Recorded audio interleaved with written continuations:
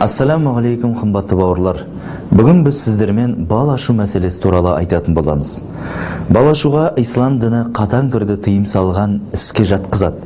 Еліміз тәуелсіздік алғаннан кейін адамдардың арасында тәуіп балшы, бақсылар көбейіп кеткені бәрімізге мәлім. Бір қызығы сол тәуіп балгердің барлығы айтқан істеген істерін дінмен байланыстырады. Бұл ескілік дейді.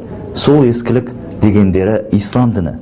Біріншіден, ислам ескілік емес, өйткені ислам Алла тағала адамдарға ұстануын бұйырған соңғы ақиқат дін.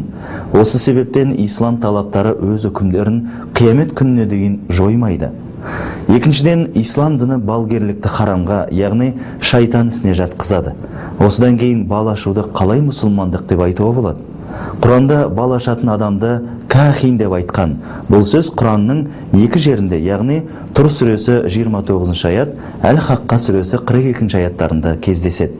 Пайғамбарымыз Мұхаммед саллаллаху алейхи уассалам бұл жайында былай дейді: балшыға барып, одан бір нәрсені сұраған, кейін оның айтқанына сенген адамның намазы 40 күн бойы қабыл емес.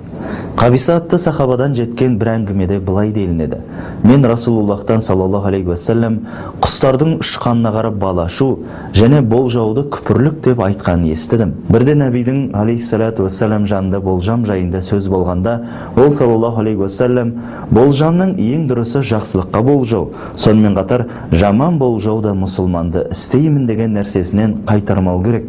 Сендердің бірің өзі қаламаған нәрсені көретін болса, я Алла тағала жақсылықты нәсіп етуші және жамандықты қайтарушы өзіңнен басқа ешкім жоқ, өзіңнен басқа күш құдірет жоқ деп айтсын деді. Я рас, кейде айтқандары рас болып жатады, алайда бұл балгерлерге сенуге болады деген сөз емес. Өйткені оның сөзі бар болғаны, оған жынның сыбырлағаны. Пайғамбарымыз айтады: олар бар болғаны жынның ұрлап, досының, яғни балгердің құлағына салған бір ғана шындық сөз. Ал балгерлер бұл сөзге 100 жалған сөз қосады. Осының өзі балгерліктің дінге жат екеніне дәлел емес пе?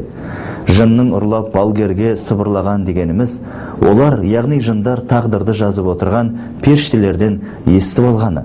Сондағы жындардың еш нәрсені білмейтінін дәлелдейді. Олар тек шала естігенін айтады. Пайғамбарымыз саллаллаху алейхи уассалам жаман болжамдарға мән бермейтін еді. Өйткені не болса да барлығы Алладан. Бал ашудан сақтанып, жаман болжамдарға назар аудармаға тырысайық ағайын. Игілікпен Ардақ Байғабыл бауырларыңыз.